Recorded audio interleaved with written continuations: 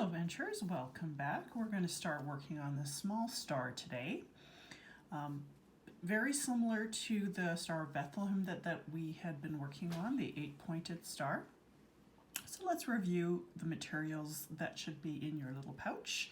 I have here 5 of the small spikes, 2 large jump rings, 15 medium-sized jump rings, 10 small jump rings, and 5 teeny tiny little jump rings. So remembering back to our Star of Bethlehem where we have the O-rings, the white O-rings, these ones here are the equivalent of those O-rings. And so what I've done is I've actually closed them up already. We don't need them to be open. So those have been closed. Everything else, with the exception of one ring, is open. And we're just going to review how to open a ring. So I'm going to take my ring. I have the opening to the top at 12 o'clock, at 3 o'clock, and at 9 o'clock. I am going to put my pliers, and then I'm just going to do a little twist. Twisting at 6 o'clock, I'm not pulling apart, and then when I want to close, I'm just going to do that same motion, but in reverse to close it up. All right, so let's get started. The first thing I'm going to do is very much like what we did before with our Star of Bethlehem. I'm going to take a very small jump ring. I'm going to take a spike, and then I'm going to take 2 of these small rings. Again, this would have been our white O-ring in our previous project. And I'm going to link the 2 together, and now I'm going to close it up.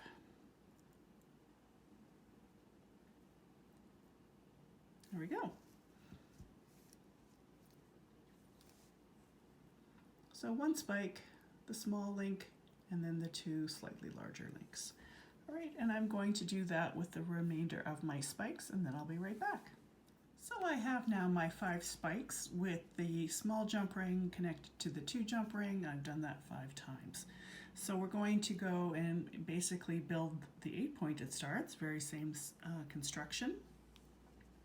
So taking one of my spikes, I'm going to flip back. I should actually hold it this way. I'm going to flip back the 2 rings, having that little teeny tiny ring sticking out. And now I'm going to take one of my 2 large rings, and I'm going to thread it on in front of the spike base. And I'm going to do that with all of my spikes. I'll close it up and I'll flip it over, and I will repeat the process. The idea being is that I am going to trap or capture that little jump ring between the 2 large jump rings to lock it in place. All right, I'm going to do it one more time before I go off camera. So I have my, oops, it's hard to see, I have my spike. I'm going to flip back those 2 links. Hopefully you can see that. And I'm going to go in front or above the spike base and thread it onto my large link. All right, we'll be back in a few moments. Alrighty then, I have got my 5 spikes on the large link. I'm going to close up the large link now.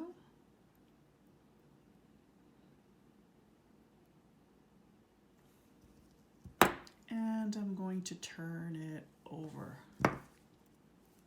So let's see if we can see what's going on here now. So this little guy is the one that I'm going to want to trap, so I'm going to have to flip them all down. And then I'm going to take this large link, and I'm going to capture, now this was my bottom, it's now my top. I'm going to capture those 2 links, making sure that I sandwich that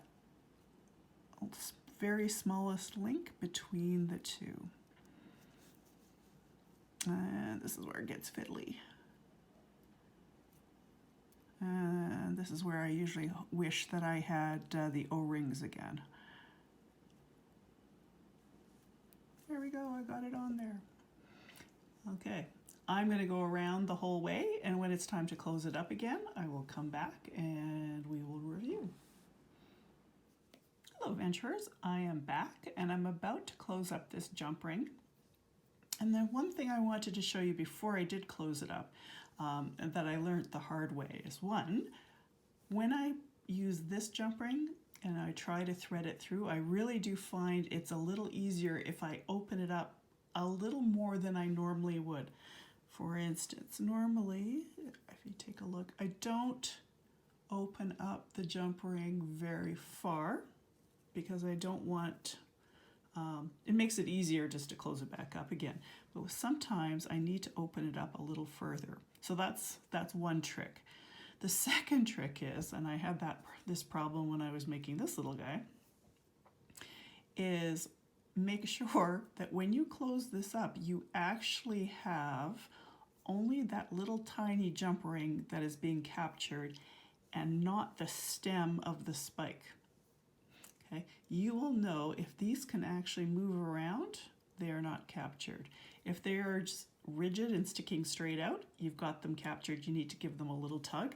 Otherwise, you are going to have problems later on. Trust me on that one. All right, so I'm closing it up.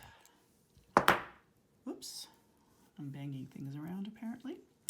And now I'm ready to move on to the next step. So we're getting a little closer. And as you can see, there's not a whole lot of choice on what kind of ring we're going to use. We're going to use these 15 rings. I'm going to start off by pretty much doing the same thing we did with our Star of Bethlehem. I'm just going to push things out of the way for a bit. So if I take a look at the one spike, I am just going to go through the base of it, through both of the links that belong with the spike. So it kind of highlights it nicely and emphasizes it. And then I'm going to close it. And to give it a nice little finishing touch, sometimes I actually give it a little spin so that the opening is hidden underneath these links. And then I'm going to do the same thing on the rest of the 4. And then I'm going to flip them over and I'm going to do the same thing on the back side.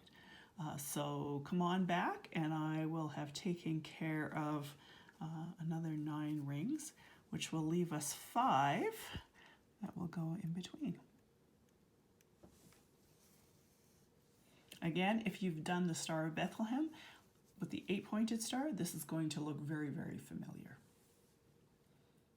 And we're ready now for our last 5 links. So I've got 5 of the links on this side, I have 5 of the links on that side, and now I'm going to use the same size link and I'm going to link these 2 and these 2.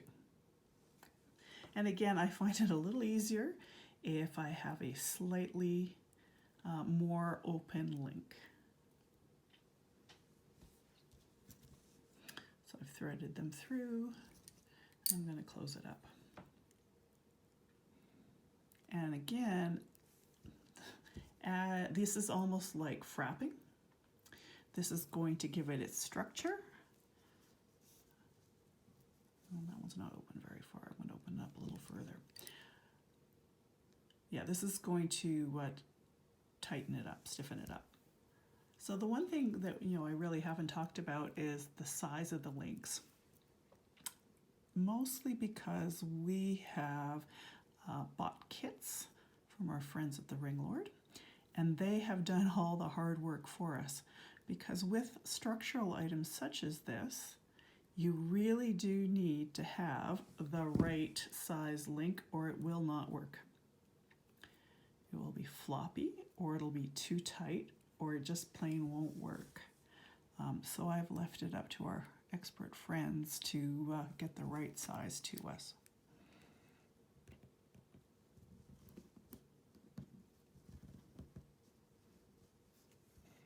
And again, I like to give it a little spin so you don't see that opening and it's hidden within.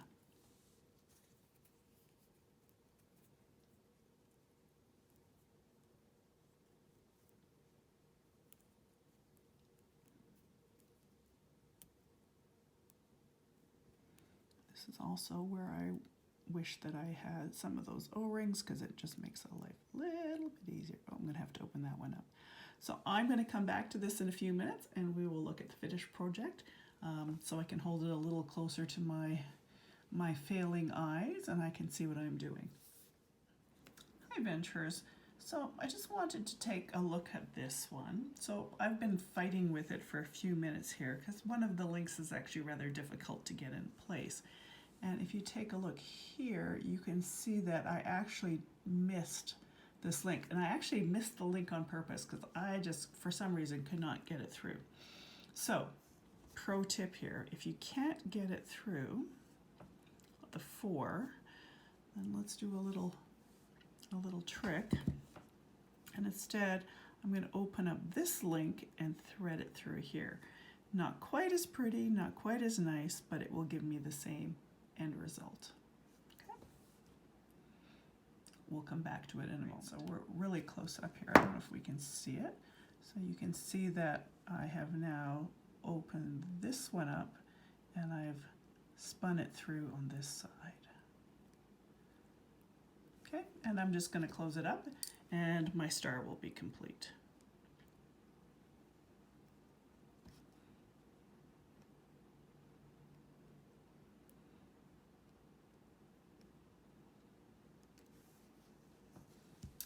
Now I have it. So like I said, this one, a little bit harder than our Star of Bethlehem with the O-rings, the rubber O-rings, but you can get this one done also. Just takes a little bit of work. The other thing to keep an eye out for is that these cross pieces, you can see that there's the little shoulder. They should be sitting at the shoulder. So if they're not, it may be part of the problem. Oh, I'm going to push that one down. There we go.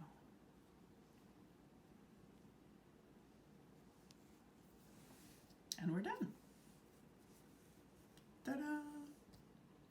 And I have these in quite a few different colors for you guys. So looking forward to seeing you guys working on the stars.